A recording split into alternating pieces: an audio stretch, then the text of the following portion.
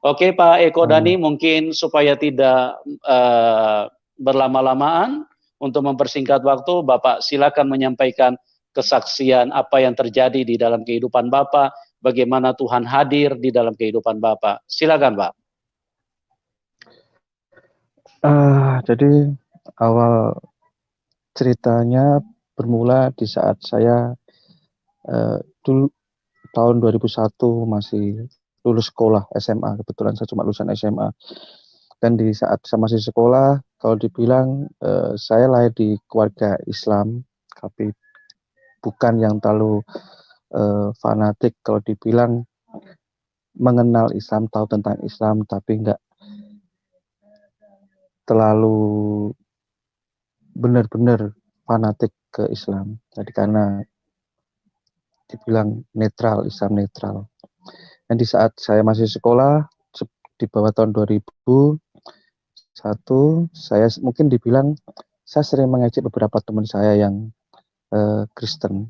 Saya sering ngejek agama dia, tapi semua bermula berubah di saat saya lulus sekolah tahun 2001 SMA.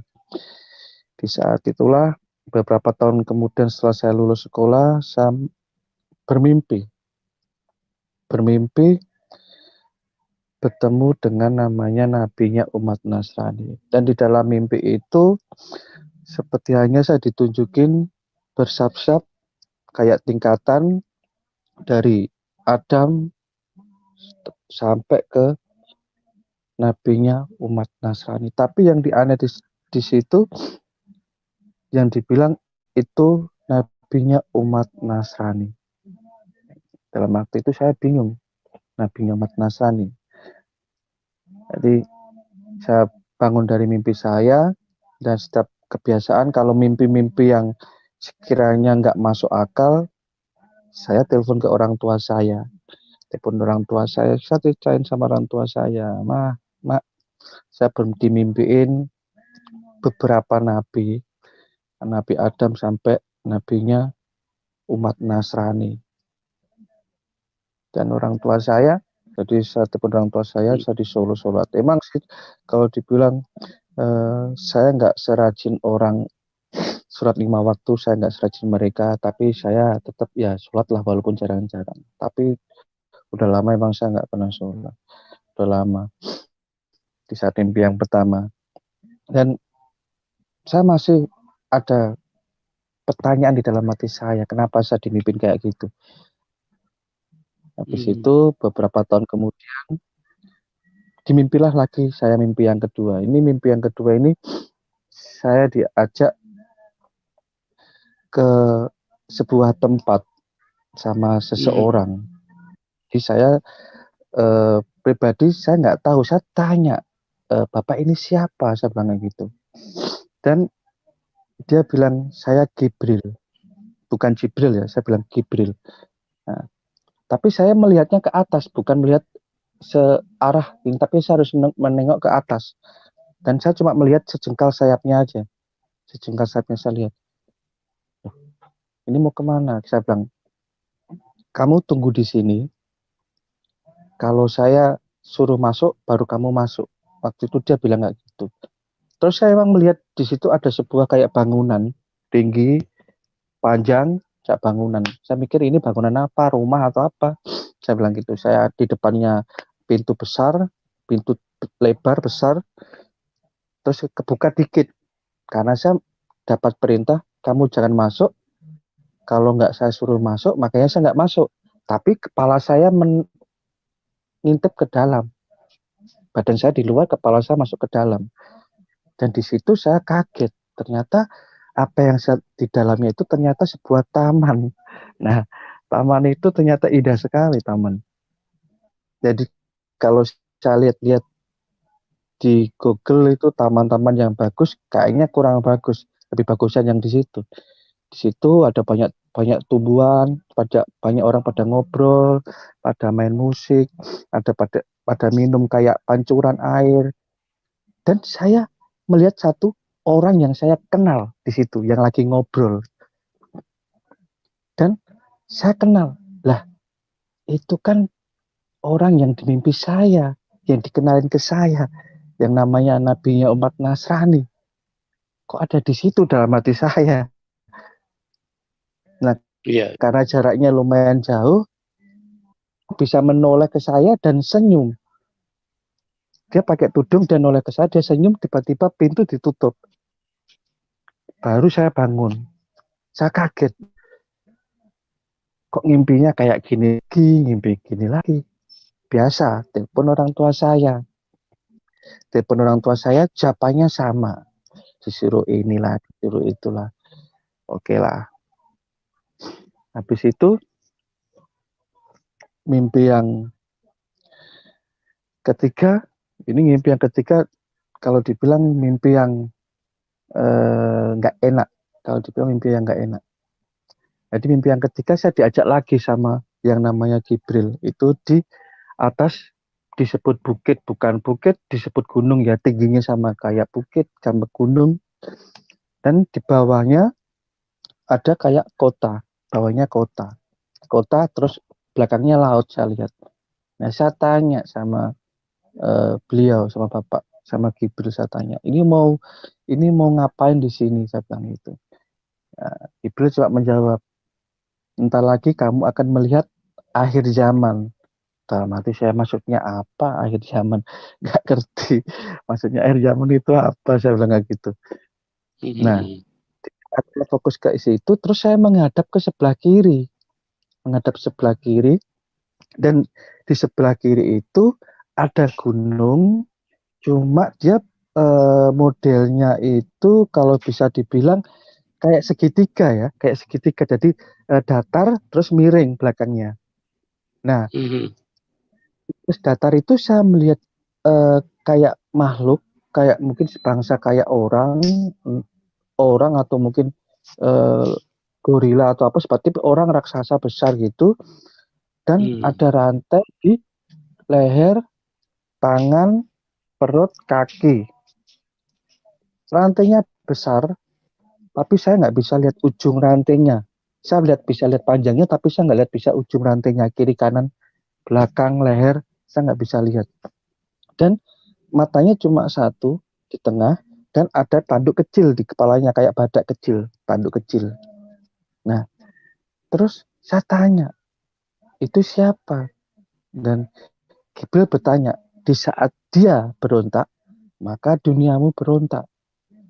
Malah saya tambah bingung lagi, di saat dia berontak, kok dunia saya berontak, apa hubungannya? Nggak masuk akal kalau saya mikirnya gitu. Terus saya tanya lagi yang kedua, ini sebetulnya mau ngapain? Saya bilang gitu. Ini sebetulnya mau ngapain di sini? Nah, Gibril menunjukkan ke arah laut yang tadi. Lihat, sebentar lagi kamu menyaksikan akhir zaman. Di saat saya benar-benar melihat fokus ke arah laut, tiba-tiba dengar suara trompet kayak bunyi kapal. Keras sekali, satu kali keras sekali. Bunyi, habis itu keluarlah sinar kayak matahari baru keluar dari, kalau lihat dari laut kayak baru keluar gitu sinarnya. Nah, di saat dia masih berbunyi, sinarnya itu mirip kayak mesin fotokopi. Jadi mesin fotokopi itu dia berjalan ces gitu. Terus saya lihat, tuh di dalam belakangnya sinar itu saya lihat, tuh tanahnya dibalik semua, laut, airnya dibalik semua, tanahnya, gunung, siapa yang dilewati sama sinar itu dibalik semua. Nah, saya mau lari nggak bisa, saya cuma lihat aja, saya lihat, terus tiba-tiba sinar itu menghantam ke saya, pang, saya kebangun, saya kebangun, saya, saya bangun, saya telepon sama orang tua saya bilang, Mak, saya ngimpi akhir zaman kiamat, saya bilang gitu. Orang tua saya panik, tapi namanya dibuat, itu kan cuma bunga mimpi, katanya orang tua saya. Ya, lebih baik kamu rajin-rajinnya sholat lah, beribadah. Oke, saya coba turuti, walaupun saya jarang-jarang saya coba turuti lah, walaupun nggak serajin lah, tapi saya coba turuti. Nah, di saat itu saya tahun 2014 saya menikah. Nah, jadi mimpi yang pertama, mimpi yang kedua, dan mimpi yang ketiga itu di atas tahun 2001 sampai tahun 2014. Nah, di sela-sela situlah mimpi yang pertama, mimpi yang kedua, dan mimpi yang ketiga. Dan bisa berdoa, istilahnya saya nggak kepengen mimpi kayak gitu, nggak enak, mimpi kayak gitu itu nggak enak. Saya menolak, saya mimpi itu, saya menolak, saya nggak enak. Dalam arti saya menolak. 2014, setelah saya menikah sama istri, kebetulan istri dari daerah NTT, istri dari keluarga besar dari Kristen, karena menikah dengan cara saya, dalam arti saya nggak mau keluar dari agama saya sebelumnya. Walaupun senakal-nakalnya saya mencoba untuk nggak keluar dari kepercayaan yang saya anut. Jadi kalau mau ya istri saya harus nikah sama saya. Waktu itu saya berpikir tahun 2014. Akhirnya istri saya mau menikah dengan cara saya, dengan cara Islam. Nah, tapi saya nggak pernah melarang istri saya. Apa yang kamu yakini terserah, tapi kamu harus nikah sama saya.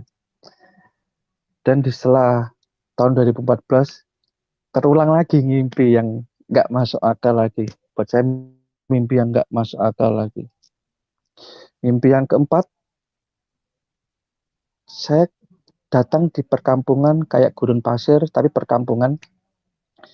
Saya melihat kiri dan kanan kayak kandang-kandang hewan. Kadang-kadang kuda, entah sapi. Kadang-kadang hewan, saya bilang. Tapi di dalam kandang-kandang itu, saya melihat ada orang yang sedang disiksa. Ada yang dicambukin pakai rantai yang besar. Jadi kalau megang rantai itu saya melihatnya megang rantai 2 tangan. Mukul pakai balok, baloknya pakai 2 tangan saya lihat. Ada yang pakai besi, ada yang pakai balok. Kiri kanan saya melihat orang minta tolong. Saya bingung. Yo, ini di mana? Saya bilang itu. Orang saja bingung, ini di mana? Kok saya lihat kiri sama kanan disiksa orang. Tapi yang bikin saya nggak masuk akal. Kalau orang di penjara jelas nggak bisa keluar. Tapi ini kandang. Modelnya kayak kandang. Pintunya aja orang bisa loncat. Kalau orang, logika saya kalau orang bisa loncat. Orang pintunya aja nggak tinggi, orang pintu hewan, orang bisa loncat, keluar masuk bisa.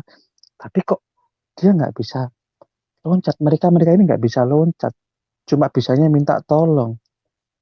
Di saat saya lagi jalan, saya lihat toleh kiri kanan, dalam hati saya tanya, ini di mana? Tiba-tiba datang di hadapan saya seorang laki-laki yang jelas karena dari suaranya. Saya tanya, ngapain kamu di sini? Dia bilang, saya nggak tahu Pak, ini di mana? Saya mau pulang. Saya bilang gitu. Belum saatnya kamu ada di sini. Iya Pak, tapi saya mau pulang. Saya nggak tahu jalannya pulang. Saya bilang gitu. Mari saya antar kamu pulang. Di situ saya jalan di belakangnya orang itu yang saya tanya. Orang itu waktu saya bertanya ngobrol sama beliau, sama bapak itu, saya bisa melihat wujudnya, tapi saya nggak bisa melihat wajahnya. Karena wajahnya itu kayak ada senter atau sinar di belakangnya, nyorot ke depan, tapi saya nggak bisa, nggak silau, tapi saya nggak bisa lihat wajah silau saya, mata saya nggak silau. Jadi saya ngobrol, tapi silau, tapi saya nggak bisa lihat wajahnya, nggak silau, tapi nggak bisa lihat wajahnya. Kalau orang di center kena sinar silau, nggak bisa lihat. Tapi saya nggak bisa lihat wajahnya, tapi saya nggak silau itu. Nah, di saat saya lagi jalan di belakangnya beliau, saya jalan, tiba-tiba pas di pertigaan jalan kiri sama kanan, saya melihat sebelah kiri. Kenapa saya bisa melihat sebelah kiri? Karena di sebelah kiri ada kayak danau besar sekali. Dan di danau itu saya melihat orang-orang di pinggir danau pada minum kayak kehausan. Kayak hewan yang lagi minum di pinggir danau kehausan. Dan kenapa saya bisa lihat ke sana? Karena di sana ada nenek saya dan om-om saya, keluarga-keluarga saya yang udah meninggal. Jadi mata saya menuju ke arah sana. Dan saya teriak-teriak panggil nama keluarga saya yang udah meninggal. Tapi nggak ada yang noleh sekalipun. nggak ada yang noleh sekalipun, nggak ada yang mendengar. Tapi anehnya, kalau orang itu haus, kenapa nggak loncat? Kenapa nggak berenang? Kenapa di pinggir itu mereka minum kayak hewan? Itu. Terus saya bilang, mari saya antar pulang. Karena saya nggak dibalas sapaan keluarga saya, akhirnya saya belok ke sebelah kanan. Di sebelah kanan itu saya melihat ada sumur. Ada sumur. Itu jalan pulang kamu. Saya melihat, loh ini kan sumur. Pak, ini kan sumur, Pak. Saya bilang itu. Mana ada sumur jalan keluar, saya bilang. Yang kedua kali dia bilang, itu jalan kamu. Terus saya melihat lagi, masa yang benar ini sumur ini sumur. Saya bilang itu, masa bisa keluar dari sini. Terus saya lihat, pas begitu saya lihat kayak ada yang dorong saya. Bangunlah saya. Dari saya bangun, saya cerita sama istri saya. Dek, saya ngimpi ketemu nenek moyang, nenek saya, om, istri saya tahu, keluarga saya udah meninggal, istri saya tahu. Habis itu saya telepon sama orang tua saya jawabannya cuma ya udahlah doainlah mereka, mungkin mereka minta doa. Oke, saya berdoa, semoga dosa-dosanya mereka diampuni lah, biasa. Saya doa dan berapa tahun kemudian saya ngimpi lagi. Nah, ini mimpi yang kayaknya juga nggak masuk akal juga. Jadi mimpi yang kelima. Saya melihat orang mau bunuh diri. Jadi ada pohon, nggak terlalu tinggi, tapi pohon, dan orang itu mau gantung diri.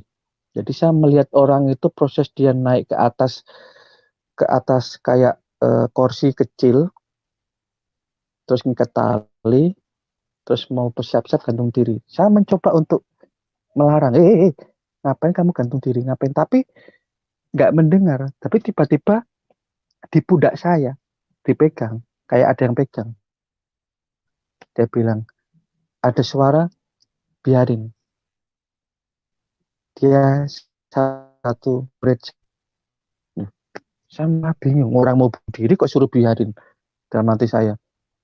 Terus dia yang nanti akan terakhir keluar. 2 kalimat.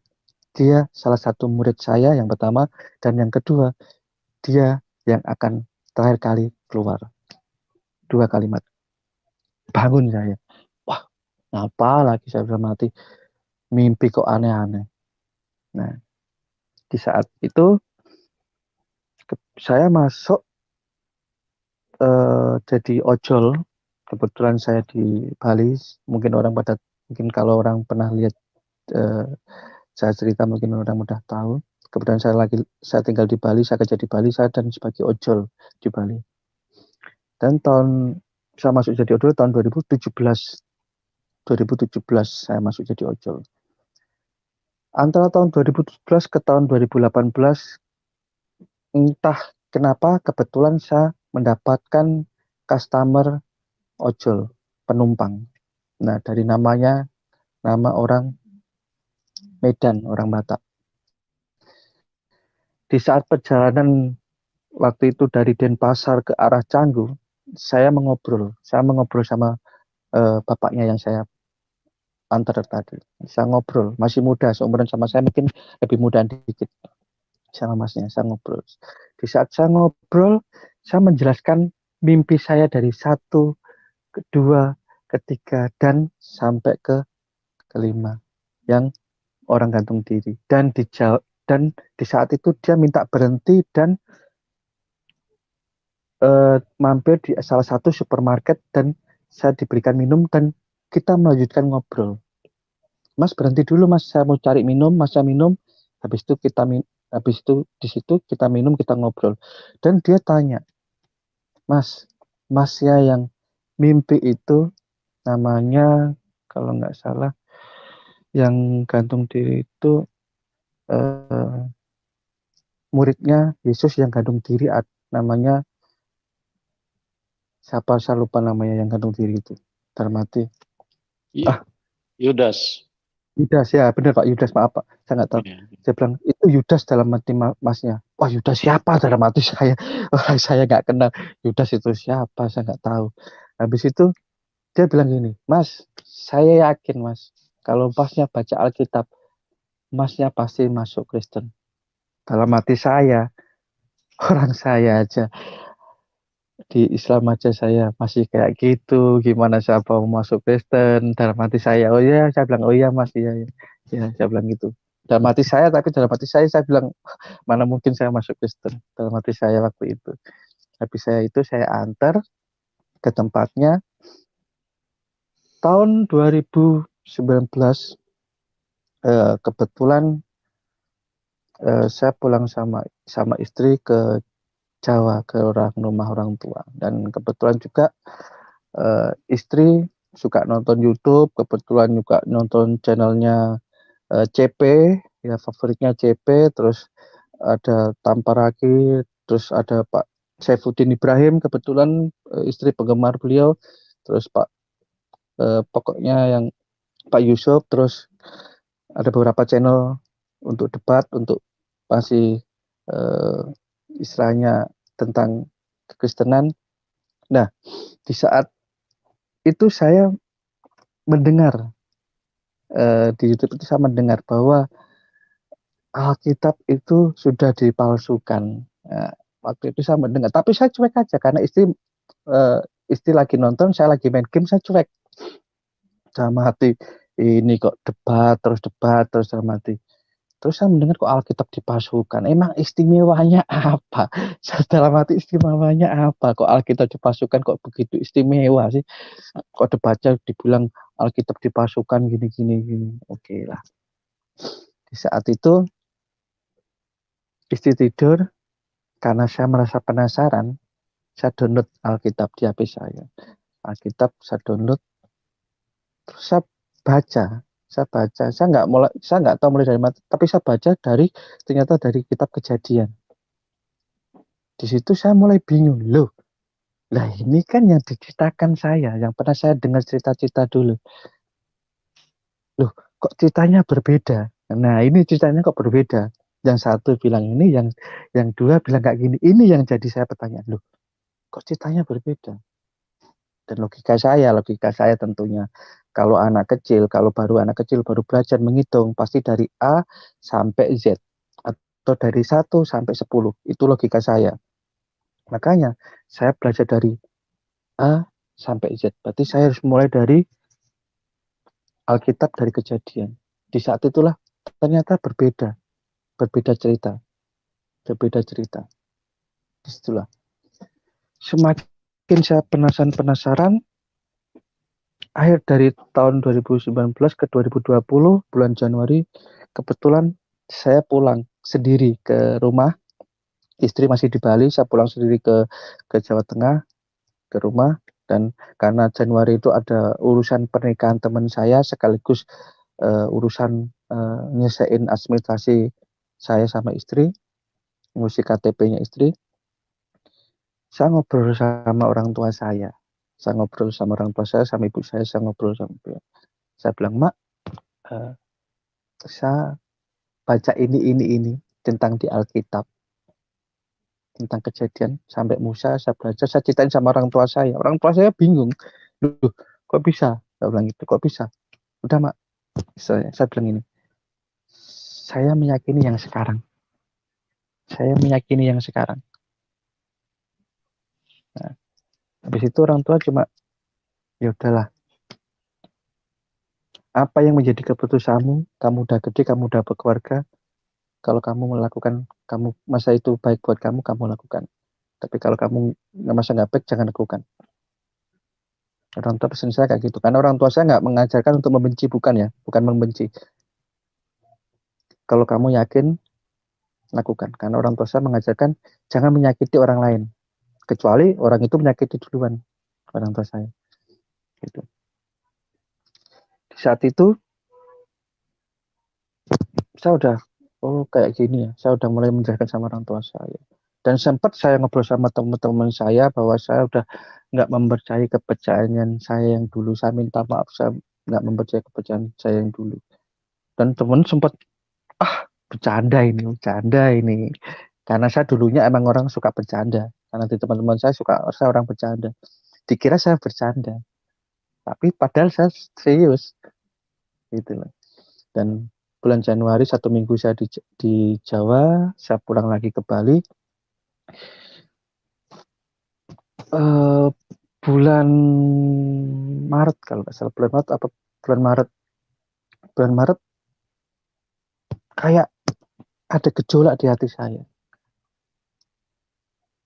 Salah satunya saya nggak mempercayai nggak mempercayai yang saya dulu anut, yang pertama. Yang kedua, saya ragu. Ini harus gimana? Saya ragu. Karena bentrok di dalam hati saya, bentrok. Orang sih saya bisa saya ajak masuk ke agama saya, kenapa saya bentrok di dalam hati saya? Suatu saat saya membaca di Alkitab, di Injil di Matius. Di Injil di Matius, dan begitu saya membaca doa Bapak kami, istri saya lagi tidur, saya membaca doa Bapak kami, itu rasanya di dalam hati itu kayak ditampar, pak, kayak ditampar, ditelanjangi. Saya menangis. Demi Tuhan saya menangis. Malam itu saya menangis, saya lihat istri saya menangis. Doa Bapak kami sedikit tapi menyentuh. Sedikit tapi menyentuh. Itu yang sangat bikin saya nggak bisa saya lupakan. Dan di saat saya mau tidur, saya berdoa. Baru pertama kali saya berdoa, demi nama Tuhan Yesus, tunjukkan. Kalau emang benar, tunjukkan. Saya bilang itu. Tunjukkan kuasamu, emang kalau benar, saya pilih yang mana, A atau B, tunjukkan. Dalam hati saya bilang gitu. Saya berdoa. Malamnya, mimpi yang terakhir, saya ditemui almarhum nenek saya yang bertahun-tahun udah meninggal. Yang ketemu di mimpi di danau yang tadi itu. Bertahun-tahun. Di situ ketemu nenek saya, kayak sebuah tanah lapang, dan saya lihat itu nenek saya datangin. Nek, saya bilang itu. Nenek saya bilang, belum waktunya kamu ada di sini. Iya, Nek, belum waktunya saya datang. Gitu. Terus saya bilang kayak gini, saya masih nangis waktu itu. Terus saya dilus-lus kepala saya, diusap-usap kepala saya duduk di pangkuannya. Karena saya dari kecil, kalau saya pulang ke rumah, saya duduk di pangkuan nenek saya. Saya bukan duduk, saya tiduran di pangkuan nenek saya. Kepala saya diusap-usap. Kau pasti kangen ya? Iya, Nek, kangen, Nek. Saya bilang gitu. Belum saatnya. Tapi nanti pasti. Terus saya keceplosan saya ngomong. Nggak tahu. Tiba-tiba saya bilang, Nek, sekarang saya tunduk dan saya sujud di bawah kakinya Tuhan Yesus sebagai juru selamat.